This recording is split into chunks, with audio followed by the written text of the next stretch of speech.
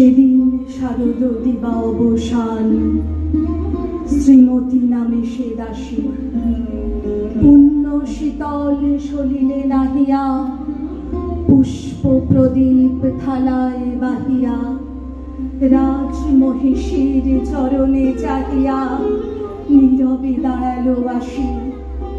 শিহরে সভয়ে মহিষী কহিলা, এ কথা নাহি কি মনে?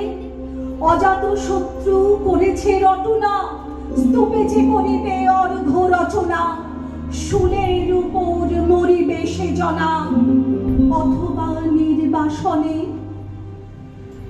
সেধা হতে ফিরে গেল চলি ধীরে বধূ অমিতার ঘরে, সম্মুখে রাখিয়া স্বর্ণ মুকুর, বাঁধিতেছিল সে দীর্ঘ চিকুর, আঁকিতেছিল সে যত্নে সিঁদুর সীমন্ত সীমা পরে।